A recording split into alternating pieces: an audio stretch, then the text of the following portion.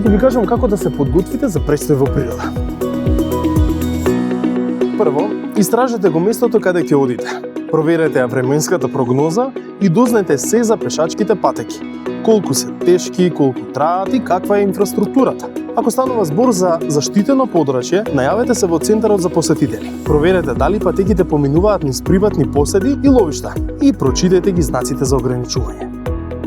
Водата и храната се клучни.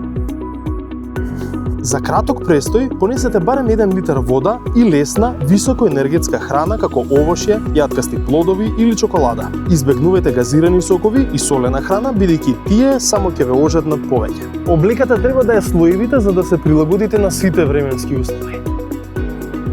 Задолжително носете удобни и затворени обувки кои ќе ги заштитат вашите стапала, а ако времето е непредвидливо, кабаницата ќе ве спаси од дождот и ветрот. За безбедност носете си компас, мапа и наполнет телефон. Приборот за прва помош е задолжителен, не знаете кога ќе ви затреба. Ако сакате да го направите денот уште поинтересен, понесете си и двоглед и лупа за истражување на природата, како истражувачки дневник за да ги запишете вашите откритија.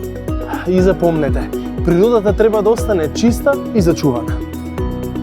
Секогаш носете ги сите остатоци и смет назад со себе. Не хранете ги дивите животни и држете се до означените патеки.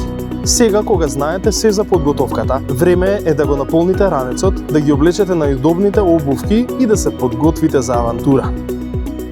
И уживајте во природата и направете го вашето искуство незаборавно. Природата е нашето богатство во кое ние постојано треба да уживаме, но и да го заштитуваме. Природата те повикува, одговори и со движење.